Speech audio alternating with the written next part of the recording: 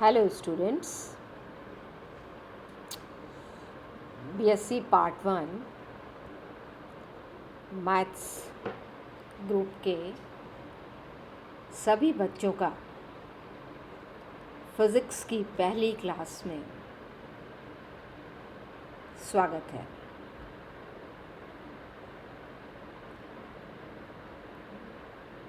Physics में आपके BSc Part 1 में 3 पेपर हैं, जिसमें से सेकंड पेपर इलेक्ट्रोमैग्नेटिज्म यानी विद्युत चुंबकी या विद्युत चुंबकत्व, ये पेपर मैं आपको पढ़ाऊंगी। पेपर थोड़ा सा डिफरेंट है, काफ़ी कुछ आप इसके बारे में 12th में बेसिक पढ़ चुके हैं, पर जब हम टॉपिक स्टार्ट करेंगे तो आपको ऐसा नहीं लगेगा कि पहले कुछ पढ़ा हुआ है। इसलिए क्लास में आपको ध्यान से पढ़ने और समझने की ज़रूरत है। ऑनलाइन क्लासेस हैं, ब्लैक बोर्ड वाला इफ़ेक्ट नहीं आएगा। फिर भी आप लोगों को कुछ भी प्रॉब्लम हो तो आप लोगों के व्हाट्सएप ग्रुप बने हुए हैं, तो उस ग्रुप में आप जो भी प्रॉब्लम है उसको सॉल्व कर सकते हैं हम लोगों से पूछकर।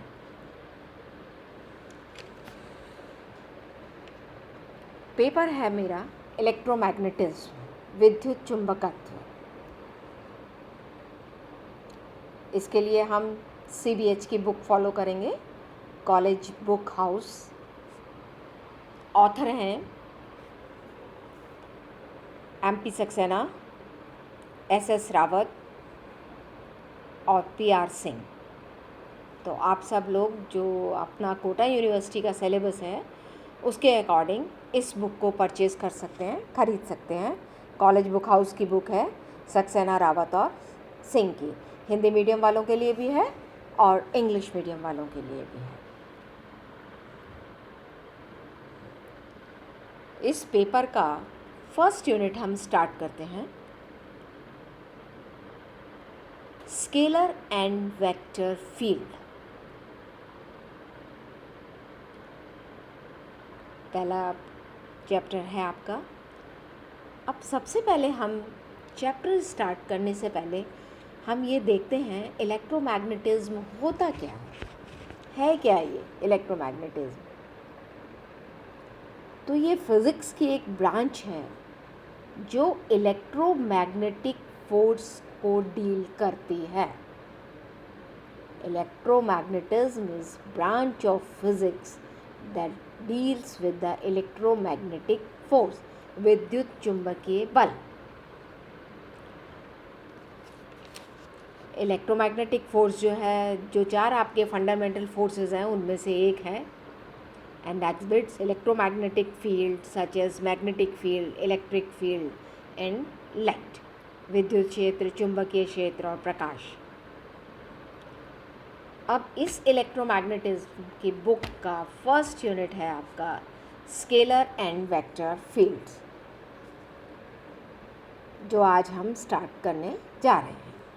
अब सबसे पहले आता है scalar and vector field. Scalar quantity क्या होती है, वेक्टर क्वांटिटी क्या होती है, अदिश राशि क्या होती है, सदिश राशि क्या होती है। अदिश राशि केवल परिमाण, ओनली मैग्नीट्यूड। सदिश राशि magnitude as well as direction, परिमाण भी और दिशा भी। तो ये तो बेसिक चीज़ है आपकी कि सदिश और अदिश क्या होते हैं। हम बात कर रहे हैं फील्ड की। अनेक स्टेजेस में फिजिकल क्वांटिटी, भौतिक राशि का जो मान है वो ऑब्जर्वेशन पॉइंट की पोजीशन पर निर्भर करता है। Physical quantity depends on the point of observation. मतलब जैसे जैसे बिंदु की स्थिति में परिवर्तन होता है, फिजिकल क्वांटिटी भौतिक राशि के मान, अब मान किस तरीके से, उसका मैग्नीट्यूड भी चेंज हो सकता है, या उसकी डायरेक्शन चेंज हो सकती है, या दोनों चेंज हो सकते हैं, मैग्नीट्यूड भी और डायरेक्शन में परिवर्तन होता है। और जो इस प्रकार की फिजिकल क्वांटिटी का मान बिंदु के कोऑर्डिनेट्स पे डिपेंड करता है, उसके निर्देशांक पे डिपेंड करता है। मान लीजिए किसी पॉइंट P के कार्टेशियन कोऑर्डिनेट मतलब कार्तीय निर्देशांक XYZ है, और इस पॉइंट पर किसी फिजिकल क्वांटिटी का मान क्या है, A। तो उसको हम किस तरीके से डिफाइन करेंगे, A बराबर AXYZ। तो वो फील्ड या स्पेस जिसमें भौतिक राशि का मान प्रेक्षण बिंदु पर निर्भर करता है, उसे भौतिक राशि का क्षेत्र कहते हैं। That fields or space in which the physical quantity depends on the coordinate of the point of observation is called the field of that physical quantity। वह फील्ड या स्पेस जिसमें भौतिक राशि मतलब फिजिकल क्वांटिटी की वैल्यू प्रेक्षण बिंदु पर डिपेंड करती है, उसे उस भौतिक राशि का फील्ड कहते हैं। अब ये फील्ड कितने प्रकार के होते हैं, 2 प्रकार के होते हैं। स्केलर फील्ड यानी कि अदिश क्षेत्र, वेक्टर फील्ड यानी कि सदिश क्षेत्र। स्केलर फील्ड में आपके क्या आते हैं, विद्युत विभव, नाम सुना होगा, इलेक्ट्रिक पोटेंशियल, गुरुत्वीय विभव, gravitational potential, temperature, density etcetera. Vector field में आपके क्या आते हैं, विद्युत क्षेत्र की तीव्रता, electric field intensity, magnetic field की तीव्रता, magnetic field intensity. Scalar field को हम कैसे डिफाइन करते हैं, मान लीजिए फाई एक स्केलर क्वांटिटी है, एक अदिश राशि है, तो फाई बराबर फाई XYZ कार्टेशियन कोऑर्डिनेट्स की टर्म्स में, और ए एक वेक्टर क्वांटिटी है, तो ए बराबर आपके पास क्या हो गया, AXYZ। तो इस तरीके से आपके ये 2 फील्ड हैं। 1 बाय 1 हम एक को लेते हैं, स्केलर फील्ड। अब स्केलर फील्ड होता क्या है इसकी डेफिनेशन स्केलर फील्ड की, वह फील्ड या स्पेस, वह क्षेत्र या स्पेस जिसमें किसी अदिश राशि का मान प्रेक्षण बिंदु के निर्देशांकों पर डिपेंड करता है, स्केलर फील्ड कहलाता है। Field or space in which a scalar quantity depends on the coordinates of the point of observation is called scalar field। वह क्षेत्र या आकाश जिसमें किसी अदिश राशि का मान प्रेक्षण बिंदु के कोऑर्डिनेट्स पे डिपेंड करता है, स्केलर फील्ड कहलाता है। अगर एक स्केलर क्वांटिटी जिसके कोऑर्डिनेट क्या हैं, XYZ है, और वो अदिश राशि क्या है, फाई है, तो उसका मान हम किस तरीके से लेंगे, फाई बराबर XYZ। अब इसको हम इसके ग्राफिकल रिप्रेजेंटेशन से समझते हैं। तो जो इनका ग्राफिकल रिप्रेजेंटेशन होता है, इसका जो ग्राफीय निरूपण है इस फील्ड या स्पेस में, कैसे होता है इसका ग्राफिकल रिप्रेजेंटेशन, फील्ड या स्पेस में अनेक ऐसी सरफेस खींचकर किया जाता है जिन पर अदिश राशि का मान कांस्टेंट हो। तो इनका ग्राफिकल रिप्रेजेंटेशन हम क्या करते हैं, इनका ग्राफिकल रिप्रेजेंटेशन के लिए हम ऐसी सरफेसेस खींचते हैं जिसमें जो है इसकी जो वैल्यू ऑफ द क्वांटिटी, जो स्केलर क्वांटिटी है, रिमेन्स कांस्टेंट, उसका मान क्या रहता है, कांस्टेंट रहता है। तो अब आप इसका ये ग्राफिकल रिप्रेजेंटेशन देखिए, ये 2 ग्राफ हैं, अब इसको ध्यान से समझिए।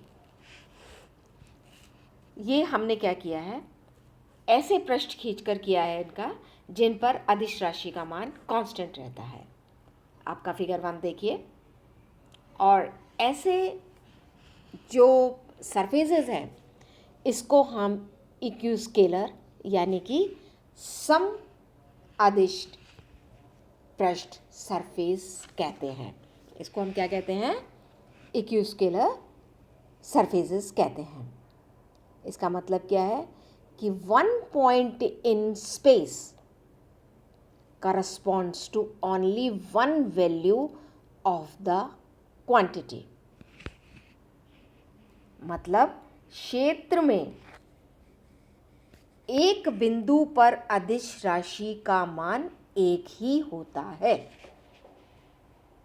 One point in a space corresponds to only one value of the quantity। मतलब क्षेत्र में एक बिंदु पर अदिश राशि का मान एक होता है। कहने का मतलब ये है कि जो जो अदिश क्षेत्र हैं वो सिंगल वैल्यूड फंक्शन होता है, एक मानी फलन होता है। Scalar fields are single valued function. और ये जो सरफेसेस हैं ये इसलिए जो ये सरफेसेस क्या कहलाती हैं, इक्यू स्केलर सरफेस कहलाती हैं, सम अदिश पृष्ठ कहलाती हैं, और do not intersect each other, और एक दूसरे को काटती भी नहीं है। जैसे मान लीजिए कि अगर हम एक पॉइंट चार्ज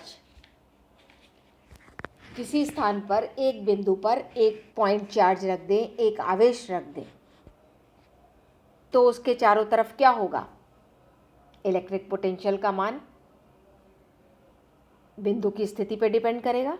जो विद्युत विभव है वो किस पर डिपेंड करेगा, पोजीशन ऑफ द पॉइंट। अभी हमने बताया था। तो विद्युत विभव कौन सी राशि है, एक अदिश राशि होती है, इसलिए उसके चारों तरफ का क्षेत्र भी कौन सा होगा, अदिश होगा। तो चूंकि विद्युत विभव एक अदिश राशि होती है, इसलिए आवेश के चारों तरफ का क्षेत्र स्केलर पोटेंशियल फील्ड कहलाएगा। क्या कहलाएगा, स्केलर पोटेंशियल फील्ड, अदिश विभव क्षेत्र कहलाएगा। और यदि ऐसी सभी बिंदुओं की लोकस पर, ये आप सेकंड फिगर देखिए, तो यदि ऐसी सभी बिंदुओं की लोकस पर जिन पर पोटेंशियल का मान एक समान हो, एक तल है, तो ऐसे तल को हम समविभव पृष्ठ, इक्विपोटेंशियल सरफेस कहते हैं। तो S1 एंड S2 आपकी कौन सी सरफेसेस हैं, फिगर में देखिए, S1 and S2 equipotential surfaces हैं with constant potential phi1 and phi2। S1 और S2 समविभव पृष्ठ है जिन पर विभव का मान आपका कांस्टेंट है, और वो कितना है, phi1 और phi2। तो ये आपके पास में क्या है, किसके बारे में हमने बात करी है, स्केलर फील्ड के। अब आप सर्कुलर वाला देखिए, due to a point charge value of electric potential at every point of a circular surface, और जिसके सेंटर में आपने क्या लिया है, चार्ज। चार्ज कहाँ पर है, सेंटर में है। And due to a point charge value of electric potential at every point of circular surface. तो ये जो सर्कुलर सरफेसेस हैं ये भी क्या होंगी, इक्विपोटेंशियल सरफेस होंगी फॉर पॉइंट चार्ज, जैसा कि आपका फिगर बी है। तो आपने क्या देखा, जो स्केलर फील्ड्स हैं सिंगल वैल्यूड फंक्शन है, और जो स्केलर क्वांटिटी की वैल्यू है is only one at a point in the scalar field.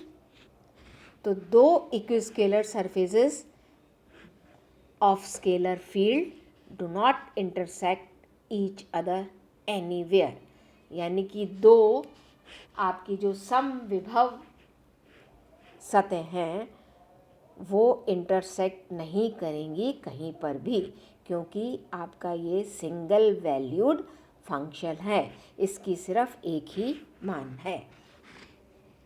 Next है आपका वेक्टर फील्ड, सदिश क्षेत्र। यदि किसी क्षेत्र के प्रेक्षण बिंदु की स्थिति में, यदि किसी क्षेत्र के प्रेक्षण बिंदु की स्थिति में परिवर्तन करने से सदिश राशि के मान, कौन सा मान, मैग्नीट्यूड भी हो सकता है, डायरेक्शन भी हो सकती है, और दोनों हो सकते हैं, में परिवर्तन होता है। स्केलर में सिर्फ मैग्नीट्यूड था, इसमें मैग्नीट्यूड भी हो सकता है, डायरेक्शन भी हो सकती है, और दोनों भी हो सकते हैं। सदिश राशि प्रेक्षण बिंदु के निर्देशांकों पर निर्भर करती है, तो वो क्षेत्र सदिश क्षेत्र कहलाता है। If the magnitude or direction or both of a vector quantity changes with the change in position of the point of observation, that is the vector quantity depends on the coordinate of the point of observation and the field is called vector field. तो यदि किसी क्षेत्र के प्रेक्षण बिंदु की स्थिति में परिवर्तन करने से सदिश राशि के मान में परिवर्तन होता है, अर्थात सदिश राशि प्रेक्षण बिंदु के कोऑर्डिनेट्स पर डिपेंड करती है, तो ये क्षेत्र क्या कहलाता है, आपका वेक्टर फील्ड कहलाता है। अब इंटेंसिटी ऑफ इलेक्ट्रिक फील्ड और आपका ग्रेविटेशनल फील्ड इंटेंसिटी, ये सब वेक्टर फील्ड के एग्जाम्पल हैं। अगर किसी क्षेत्र में सदिश क्षेत्र ए है और ऑब्जर्वेशन पॉइंट के जो कोऑर्डिनेट्स हैं वो XYZ हैं, तो हम वेक्टर फील्ड को किस तरह से डिफाइन करेंगे, A बराबर AXYZ। अब वेक्टर फील्ड का भी ग्राफिकल रिप्रेजेंटेशन देखते हैं। तो इसका ग्राफिकल रिप्रेजेंटेशन लाइंस द्वारा किया जाता है, रेखाओं द्वारा ये किया जाता है, और इन लाइंस को हम फील्ड लाइन या फ्लक्स लाइन भी कहते हैं। तो अब आप इसको देखिए, इसको अच्छे से देखिए, इस फिगर को। तो वेक्टर फील्ड्स का ग्राफिकल रिप्रेजेंटेशन है ये, जो लाइन द्वारा किया गया है, और इसको फ्लक्स लाइन भी कहते हैं, फील्ड लाइन भी कहते हैं।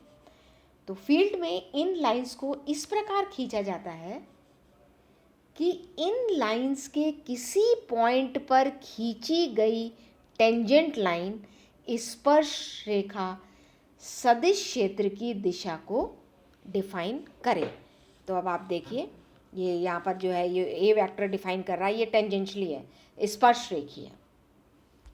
तो इन रेखाओं के किसी बिंदु पर खींची गई स्पर्श रेखा सदिश क्षेत्र को डिफाइन करती है। इलेक्ट्रिक और मैग्नेटिक फील्ड में खींची गई रेखाएं लाइन ऑफ फोर्स भी कहलाती हैं। अगर इलेक्ट्रिक और मैग्नेटिक फील्ड है और उसमें इस तरह से अपन ने लाइन खींच दी, तो वो क्या कहलाती हैं, लाइन ऑफ फोर्स कहलाती हैं, बल रेखाएं कहलाती हैं। और फील्ड के किसी पॉइंट पर वेक्टर फील्ड के मैग्नीट्यूड को डिफाइन करने के लिए फील्ड में इस लाइन के परपेंडिकुलर एक सरफेस एलिमेंट ले लेते हैं। जैसे आप ये देखिए, इसमें DA लिया हुआ है, तो ये तो आपका टेंजेंशियली हो गया स्पर्श रेखा, लाइन ऑफ फोर्स, किसी बिंदु पर खींची गई स्पर्श रेखा जो उसकी सदिश क्षेत्र की डायरेक्शन को डिफाइन कर रही है। और क्षेत्र के किसी पॉइंट पर इस सदिश क्षेत्र के परिमाण को व्यक्त करने के लिए हमने इसके परपेंडिकुलर एक एरिया एलिमेंट ले लिया DA, और ये जो एलिमेंट है इससे निर्गत प्रति एकांक क्षेत्रफल क्षेत्र रेखाओं की संख्या सदिश क्षेत्र के परिमाण को व्यक्त करती है। तो क्या किया हमने, to express the magnitude of the vector field at any point of the field, हमने एक एरिया एलिमेंट ड्रॉ किया perpendicular to the field line DA। तो the number of field line passing through this area element per unit area represents the magnitude of vector field. तो इस अल्पांश से निर्गत प्रति एकांक क्षेत्रफल क्षेत्र रेखाओं की संख्या सदिश क्षेत्र के परिमाण को डिफाइन करती है। तो इसका मतलब क्या हुआ कि सदिश क्षेत्र के किसी पॉइंट पर सदिश क्षेत्र की दिशा के परपेंडिकुलर जो आपका एरिया एलिमेंट है DA से निर्गत प्रति एकांक क्षेत्रफल बल रेखाओं की संख्या सदिश क्षेत्र के परिमाण के बराबर होती है। The magnitude of a vector field at any point of the field किसके बराबर है? As equal to the number of field lines going out of an area element taken perpendicular to the direction of the vector field at that point per unit area। मान लीजिए कि जो number of field lines हैं किसी point पर जो बल रेखाओं के लंबवत स्थित एरिया एलिमेंट DA से D5 लाइन या फ्लक्स गुजरता है, तो सदिश क्षेत्र की तीव्रता का परिमाण क्या होगा? A बराबर D5/DA। ठीक है, तो वेक्टर फील्ड क्या हो गया आपका? D5/DA। ये तो मैग्नीट्यूड लिया आपने, और वेक्टर फील्ड क्या होगा? D5/DA n cap unit vector साथ में लगेगा, मैग्नीट्यूड हो गया और डायरेक्शन भी हो गई, और n डैश क्या है आपका? यूनिट वेक्टर है which is perpendicular to the area DA, और जो कि वेक्टर की डायरेक्शन को भी रिप्रेजेंट करता है। तो n क्रॉस डॉट DA बराबर DA, डॉट प्रोडक्ट है तो ये आपका टोटल वेक्टर इसके बराबर हो गया। और कोई अन्य एरिया एलिमेंट ले लें DA, तो उसके लिए अगर ये सदिश क्षेत्र A से थीटा एंगल बनाता है तो हमारे पास डॉट प्रोडक्ट अगर हम लेते हैं तो A vector dot unit vector बराबर D5/DA, क्योंकि A डॉट n कैप बराबर क्या होता है? A cos theta. तो D5 बराबर क्या हो गया? A vector dot n cap DA। तो जो फ्लक्स D5 है वो बराबर किसके हो गया? A डॉट DA वेक्टर के, क्योंकि n कैप DA बराबर क्या है? DA vector. तो अदिश क्षेत्र के समान सदिश क्षेत्र का पोजीशनल फंक्शन भी सिंगल वैल्यूड होता है। तो इसका मतलब जो आपका ये जो फॉर्मूला आया है हमारे पास D5 बराबर A डॉट DA, इसको ध्यान से देखिए। तो अगर vector A is intensity of electric field, अगर वेक्टर क्या है? A आपका इंटेंसिटी ऑफ इलेक्ट्रिक फील्ड है, विद्युत क्षेत्र की तीव्रता है अगर A वेक्टर, तो D5 क्या कहलाएगा? Electric flux. और यदि vector A magnetic field intensity को डिफाइन करता है तो D5 will be called as magnetic flux. तो D5 बराबर A डॉट DA, ये आपका जनरल वो बन गया। तो D5 आपका, जब आपका vector A electric field intensity को डिफाइन करेगा तो D5 होगा इलेक्ट्रिक फ्लक्स, विद्युत फ्लक्स, और जब आपका vector A magnetic field intensity को डिफाइन करेगा, चुंबकीय क्षेत्र की तीव्रता को, तब आपका D5 मैग्नेटिक फ्लक्स होगा, चुंबकीय फ्लक्स होगा। तो like scalar field the positional function of a vector field is also single valued function. ये भी अदिश क्षेत्र की तरह स्थिति फलन भी इसका सिंगल वैल्यूड होगा, एक मानी होगा, यानी कि सदिश रेखाएं परस्पर काटती नहीं हैं। Vector field lines do not intersect each other. अब वेक्टर फील्ड भी आपके दो तरीके के होते हैं, एक तो यूनिफॉर्म और एक नॉन यूनिफॉर्म।